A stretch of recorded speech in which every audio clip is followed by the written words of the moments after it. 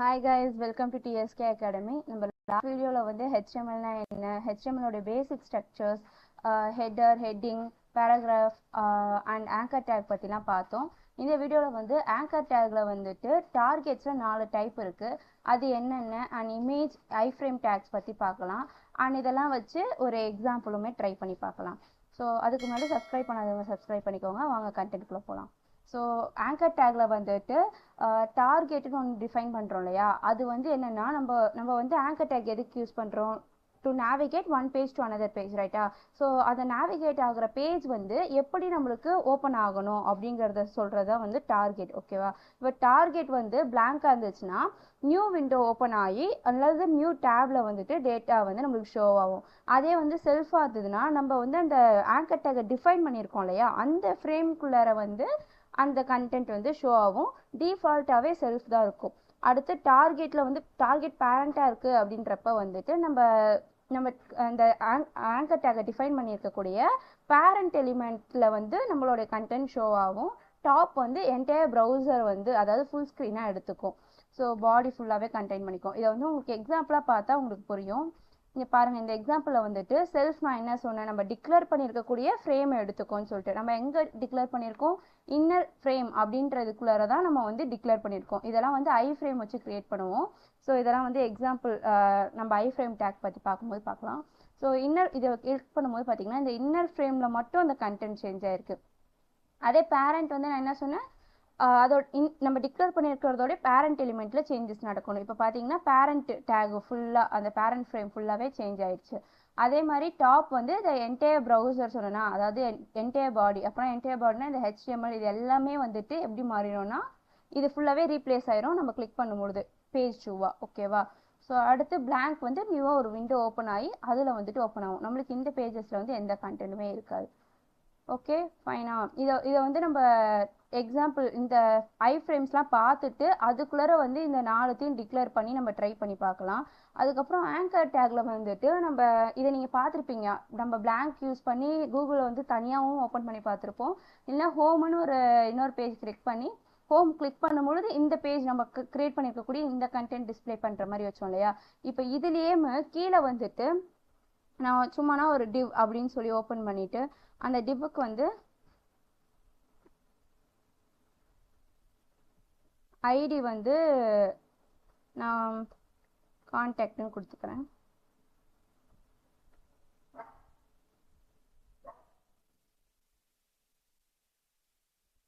So அதுக்குள்ள சும்மா H1ல this is contact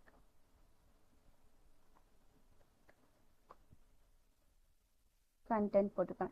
so இந்த ஐடியா கூட நம்ம வந்து ட்ரிகர் பண்ண முடியும். நீங்கள் வந்துட்டு ஒரு சிங்கிள் பேஜ் அப்ளிகேஷன் இல்லை போர்ட்ஃபோலியோலாம் பார்த்தீங்கன்னா அங்கே வந்து மல்டிபிள் பேஜஸ் வந்து ஓப்பன் பண்ணுற மாதிரி வச்சுருக்க மாட்டாங்க. நீங்கள் ப்ராஜெக்ட்ஸும் கிளிக் பண்ணும்போது அது வந்து ஸ்க்ரோல் டவுன் ஆகி அந்த ப்ராஜெக்ட்ஸ் டிஃபைன் பண்ணியிருக்க இடத்துக்கு வந்து காட்டும். ஸோ அந்த மாதிரியும் நம்மளால் இதில் பண்ண முடியும். ஸோ ஆங்கர் டேக்ல வந்துட்டு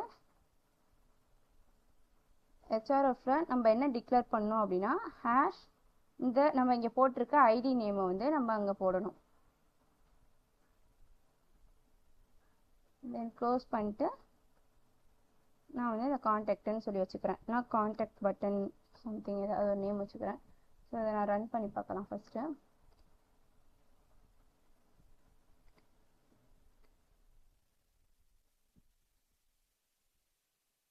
ஓகே, இப்போ இந்த வியூ கூகுள் கிளிக் பண்ணும்போது நியூ விண்டோ ஓப்பன் ஆகி, ஏன்னா நம்ம டார்கெட்டில் வந்து பிளாங்க் செட் பண்ணதுனால அந்த கண்டென்ட் வந்து நியூ விண்டோவில் நம்மளுக்கு டிஸ்பிளே ஆகுது. ஹோம் பேஜ் கிளிக் பண்ணும்போது வந்து நம்ம செல்ஃப் டிஃபால்ட்டாகவே செல்ஃப் தான் இருக்கும். ஸோ வந்து டிஃபால்ட்டாகவே அந்த இது ஓப்பன் ஆயிடுது பேரண்ட் எலிமெண்ட்டில், அதாவது நம்ம ஃப்ரேம் டிக்ளேர் பண்ணியிருக்கக்கூடிய ஃப்ரேமில், ஓகேவா? அதுக்கப்புறம் கான்டாக்ட் பட்டன் கிளிக் பண்ணும்போது இந்த இது இப்போ வந்து இது உங்களுக்கு தெரியல எந்த டிஃப்ரென்ஸுமே. இதுக்கு வந்து நம்ம ஃபர்ஸ்ட் இதெல்லாம் வந்து பிரேக் கொடுத்து நெக்ஸ்ட் லைனில் வர மாதிரி வச்சுக்கலாம். ஸோ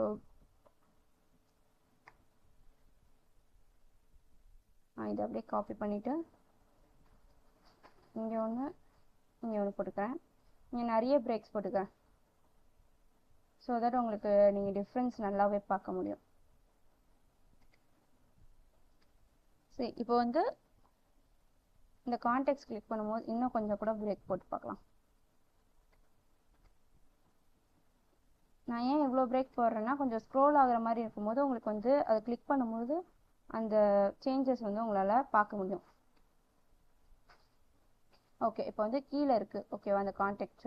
இப்போ நான் அதை கிளிக் பண்ணும்போது பார்த்தீங்கன்னா இந்த இடம் எனக்கு வந்து தெரியுது. நான் வந்து ஸ்க்ரோல் பண்ணவே இல்லை, அதை கிளிக் பண்ணும்போது எனக்கு அந்த கண்டென்ட் வந்து காட்டுது. ஸோ இதுக்கு வந்து நம்ம இந்த மாதிரி டேக் வந்து ஐடியை வந்து டிஃபைன் பண்ணுறது மூலியமாகவும் நம்ம வந்து அந்த மாதிரி பண்ணிக்கலாம். இது எங்கே யூஸ் ஆகும் அப்படின்னா இந்த போர்ட்ஃபோலியோ அந்த மாதிரி சிங்கிள் பேஜ் அப்ளிகேஷன்ஸில் யூஸ் ஆகும் ஓகேவா. நெக்ஸ்ட் வந்து நம்ம இமேஜ் டேக்னா என்னென்னு பார்க்கலாம். ஸோ ஓகே, இமேஜ் டேக் வந்து ஐஎம்ஜி அப்படின்றத யூஸ் பண்ணுவோம். நம்ம யூஆர்எல் அல்லது பாத்தை வந்து எதில் டிக்ளேர் பண்ணுவோம்னா எஸ்ஆர்சி, அதாவது சோர்ஸ்குள்ளே தான் வந்து நம்ம டிக்ளேர் பண்ணுவோம். நம்ம வந்து ஒரு இமேஜை டவுன்லோட் பண்ணியுமே நம்ம டிக்ளேர் பண்ணிக்கலாம்.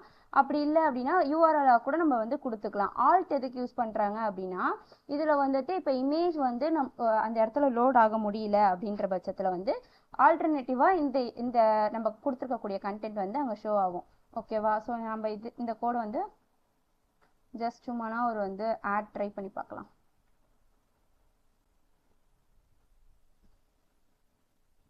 நான் வந்து இந்த பிரேக்குக்கு அப்புறமா இமேஜ் டேக் வச்சுக்கிறேன், அதுக்கப்புறமா இன்னொரு இமேஜ் டேக்குமே வச்சுக்கலாம்.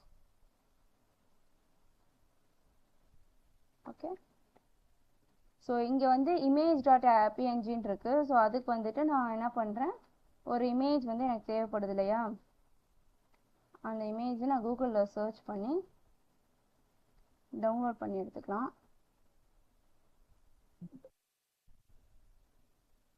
ஸோ நான் டவுன்லோட் பண்ணியிருக்கேன், image.png அப்படின்ற நேமில் இருக்குது. ஸோ இங்கே வந்து அப்போ image.png அப்படின்னு கொடுக்கணும்.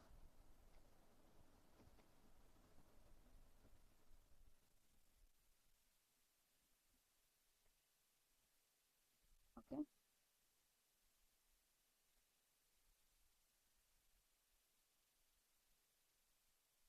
உங்களுக்கு தெரியுதா. ஸோ ஸ்க்ரோல் பண்ணும்போது உங்களுக்கு இது இப்போ வந்து நான் இந்த பட்டன் கிளிக் பண்ணோன்னே டேரெக்டாக இங்கே நான் ஸ்க்ரோல் பண்ண முடியாது, விசிபிள் ஆகிடுது. நெக்ஸ்ட் வந்து நம்ம யூஆர்எல்லாவும் ப்ளேஸ் பண்ணி பார்க்கலாம். இஃப் சப்போஸ் இப்போ வந்து இந்த இடத்துல இமேஜ் வந்து ஷோ ஆகலை அப்படின்னா என்ன காட்டும் அப்படின்னு பார்க்கலாம். நான் அதுக்காண்டி நேம் வந்து சும்மா தப்பான நேம் கொடுத்துக்கிறேன்.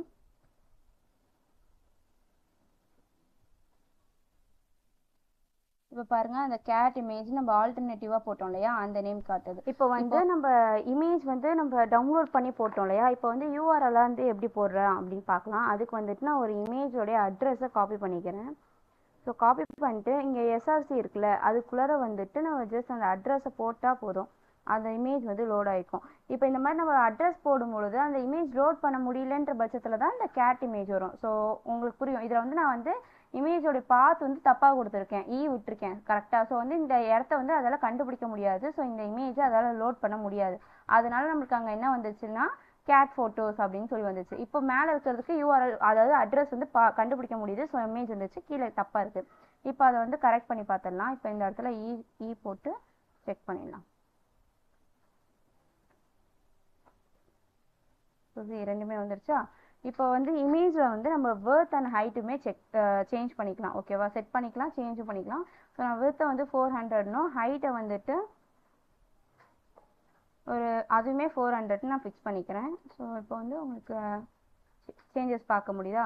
ஸோ இதுதான் வந்து இமேஜ் டேக். இப்படி தான் நம்ம இமேஜ் யூஸ் பண்ணுவோம். நம்ம வந்து ஒரு ஆங்கர் டேக்குள்ளார இமேஜ் கிளிக் பண்ணி கூட நம்ம வந்து ஒரு இன்னொரு வெப்சைட் ஓப்பன் ஆகுற மாதிரி பார்க்கலாம். இப்போ வந்து நம்ம இந்த மாதிரி பண்ணலாம், இந்த கேட் இமேஜை கிளிக் பண்ணும்பொழுது நம்மளுக்கு இந்த பேஜ் வந்து ஓப்பன் ஆகணும் ஓகேவா, அந்த மாதிரி பண்ணலாம்.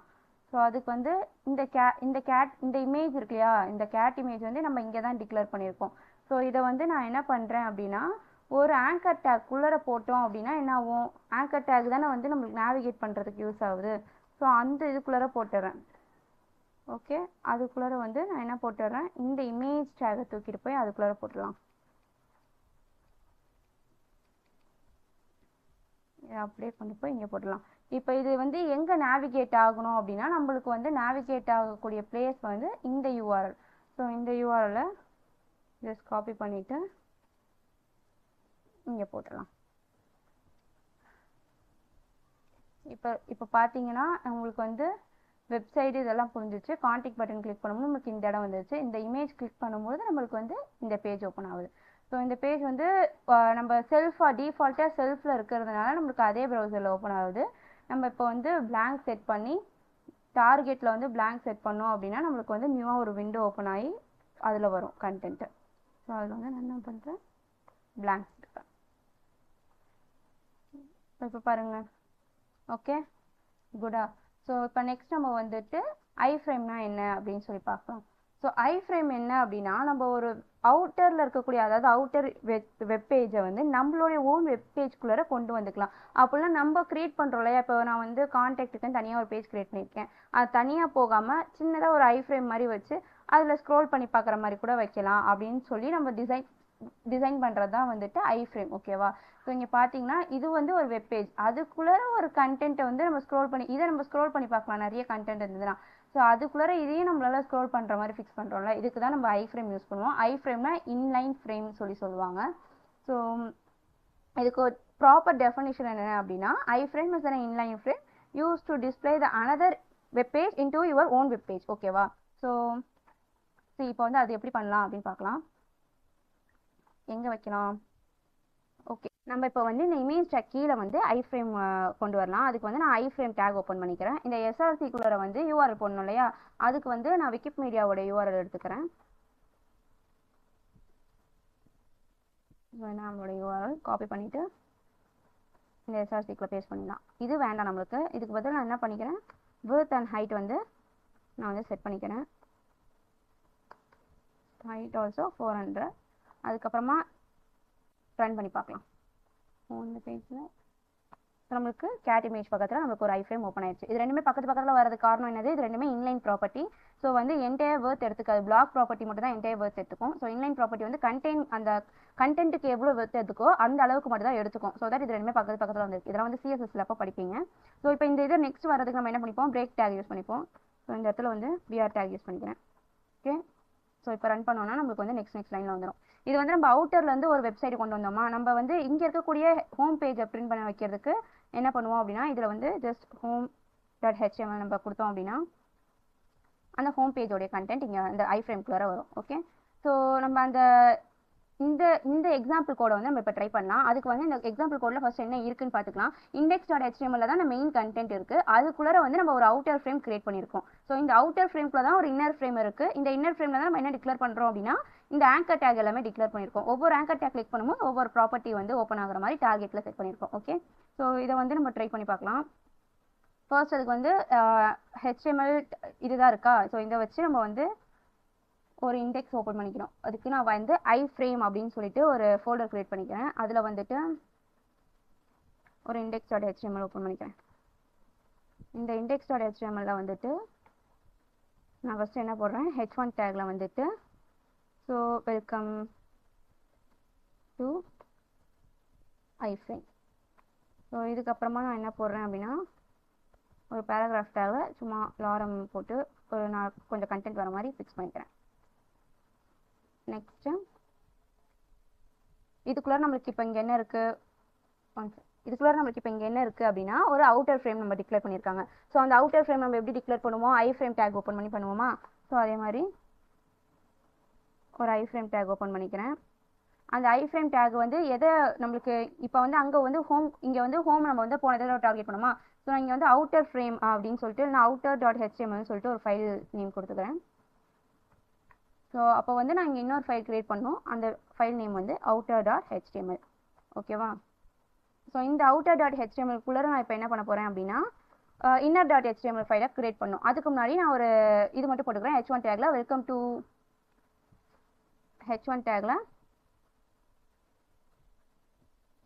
வெல்கம் டு அவுட்டர் ஐஃப்ரேம் அப்படின்னு போட்டுக்கிறேன். அது கீழே ஒரு பேராகிராஃப் டேக்ல அதே மாதிரி லாரம் கொடுத்துக்கிறேன். ஓகே, ஸோ இதுக்கு கீழே நம்ம என்ன டிக்ளேர் பண்ண போகிறோம், ஒரு இன்னர் ஃப்ரேம் டிக்ளேர் பண்ண போகிறோம். ஸோ அதுக்கு ஒரு ஐஃப்ரேம் ஓப்பன் பண்ணிவிட்டு எஸ்ஆர்சியில் வந்துட்டு நான் என்ன கொடுக்கணும்னா, இன்னர் ஃப்ரேம் அப்படின்னு சொல்லிட்டு நான் inner.html அப்படின்னு சொல்லிட்டு நான் ஒரு ஃபைல் பார்த்து கொடுத்துக்கிறேன். ஸோ அப்போ நான் இங்கே இன்னொரு ஃபைல் கிரியேட் பண்ண போகிறேன். அது வந்து inner.html. ஓகேவா. ஸோ இந்த inner.html நமக்கு என்ன வரப்போகுது அப்படின்னா ஒரு h1 tag and welcome to inner frame then அதே மாதிரி ஒரு பேராகிராஃப் டேக் அதில் வந்து எல்லாரும் கண்டென்ட் கொடுக்குறேன். ஸோ இதுக்கப்புறமா நம்ம என்ன டிக்ளேர் பண்ணியிருக்கோம் அந்த இன்னர் டேக்ல, அதுக்குள்ள நம்மளுக்கு இன்னர் டேக் அப்புறம் என்ன வருது, வெல்கம் ஒரு பேராகிராஃப். ஸோ இன்னொரு பேராகிராஃப் வச்சுக்கலாம். கிளிக் டு இந்த பிஹேவியர்ஸ் செக் பண்ணுறதுக்கு கிளிக் பண்ணுங்க. அதுக்கப்புறமா நம்ம ஆங்கர் டேக் ஓப்பன் பண்ணியிருக்கோம். அதுக்கப்புறமா என்ன ஓப்பன் பண்ணியிருக்கோம் அப்படின்னா என்னது ஒரு இமேஜ் வச்சிருக்காங்க. ஸோ ஆங்கர் டேக் ஓப்பன் பண்ணுறதுக்கு நம்ம ஒரு பேஜ் கிரியேட் பண்ணோம். அது அப்புறமா இப்போ போகும்போது கிரியேட் பண்ணி பார்க்கலாம். ஸோ ஃபர்ஸ்ட் இன்னொரு பேராகிராஃப் டேக் ஓப்பன் பண்ணிக்கிறேன். அதுக்குள்ளே வந்து இந்த கண்டென்ட் போட்டுட்டு இதுக்கு கீழே நம்ம ஒரு ஆங்கர் டேக் ஓப்பன் பண்ண போகிறோம். ஓகே, ஸோ இந்த ஆங்கர் டேக் எதை ரெஃபர் பண்ண போகுது அப்படின்னா page.html நான் ஒன்று ஓப்பன் பண்ணிக்கிறேன். ஸோ இப்போ வந்து page.html சொல்லிட்டு ஒரு ஃபைல்ஸ் இருக்க போகுது. ஸோ இந்த ஃபைலை தான் அந்த ஆங்கர் டேக் ஓப்பன் பண்ண போகுது. ஓகேவா, whenever user clicks. Okay, so இந்த ஆங்கர் டேக் ஒரு நேம் வைக்கணும் இல்லையா. நான் இந்த ஆங்கர் டேக் என்ன நேம் வைக்கிறேன் அப்படின்னா ஃபர்ஸ்ட்டு செல்ஃப் அப்படின்னு வச்சுக்கிறேன். இதோடைய டார்கெட் வந்து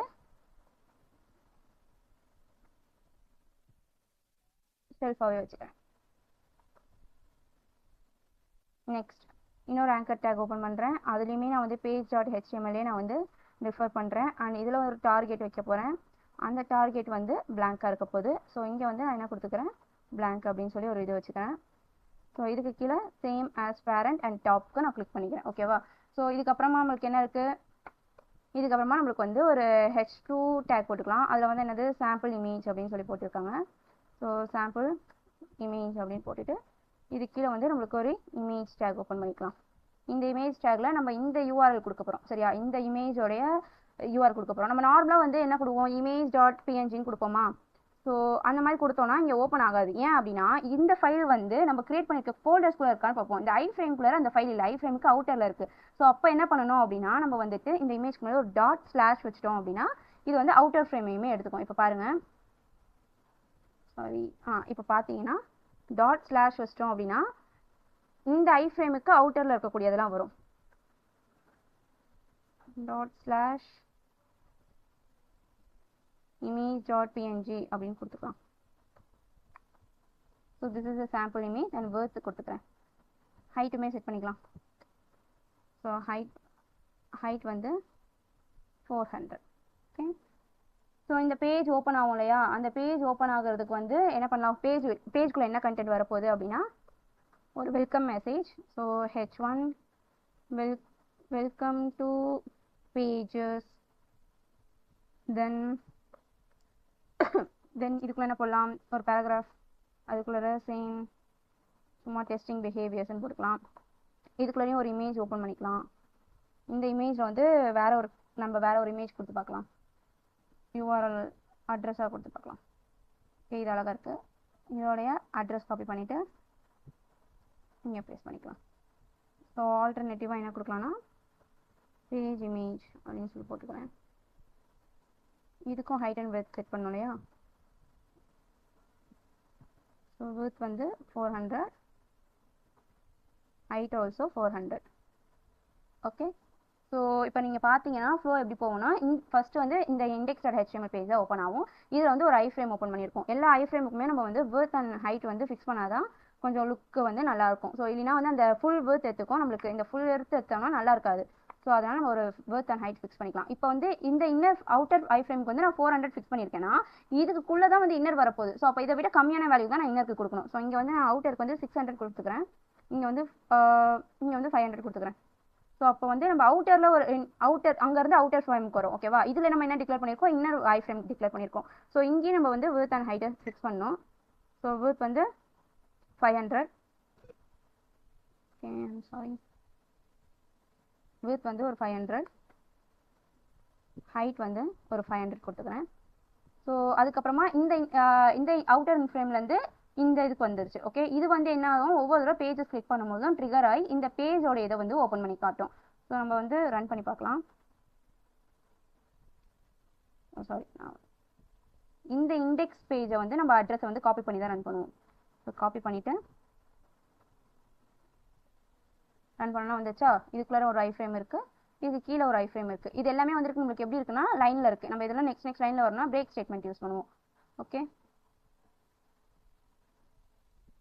ஸோ ஸோ இந்த blank ஓப்பன் பண்ணோம் அப்படின்னா நியூ விண்டோ ஓப்பன் ஆகுது. அண்ட் பேரண்ட் ஓப்பன் பண்ணோம் அப்படின்னா பேரண்டோடைய ஐஃப்ரேமே, அது அவுட்டர் ஐஃப்ரேமே ஆக்குபை பண்ணிக்குது. டாப் ஓப்பன் பண்ணால் என்டையர் ப்ரௌசரையும் எடுத்துக்குது. ஓகே, ஸோ இதில் வந்துட்டு நம்ம இந்த பேஜஸ் இன்னர் இதில் வந்து நம்ம பிரேக் கொடுத்து நெக்ஸ்ட் லைனில் வர வச்சுக்கலாம். இங்கே ஒரு பிஆர் டேக், இங்கே ஒன்று, அண்ட் இங்கே ஒன்றுமே கொடுத்துக்கலாம். இந்த இமேஜுமே நம்மளுக்கு ஓப்பன் ஆகலை இல்லையா? ஸோ இதையுமே ட்ரை பண்ணி பார்க்கலாம். டபுள் டாட் கொடுக்கும், ஏன்னா இந்த இன்னர் ஃப்ரேம்லேருந்து அவுட்டர் ஃப்ரேம் போகிறதுக்கு ஒரு டாட்டு, இந்த அவுட்டர் ஃப்ரேம்லேருந்து வெளில வரதுக்கு ஒரு டாட். ஸோ 2 டாட் கொடுத்துருக்கேன். இப்போ ரன் பண்ணோன்னா உங்களுக்கு எல்லாமே கரெக்டாக இருக்கும். இமேஜும் வந்துருச்சு அண்ட் இது எல்லாமே நெக்ஸ்ட் டைமில் வந்துருச்சு. இது எல்லா ஃபங்க்ஷனாலிட்டிஸும் ஒர்க் ஆகுது. ஓகே, ஸோ நெக்ஸ்ட் வீடியோவில் இன்னும் கொஞ்சம் டேக்ஸ்லாம் இருக்குது, அதெல்லாம் பற்றி பார்க்கலாம். வீடியோ டேக் இருக்குது, அடுத்து லிஸ்ட்டு, டேபிள்ஸு, ஃபார்ம் கண்ட்ரோல், அதெல்லாம் நிறைய இருக்குது, அதெல்லாம் பார்க்கலாம். சப்ஸ்கிரைப் பண்ணாதவங்க சப்ஸ்கிரைப் பண்ணிக்கோங்க சேனலை.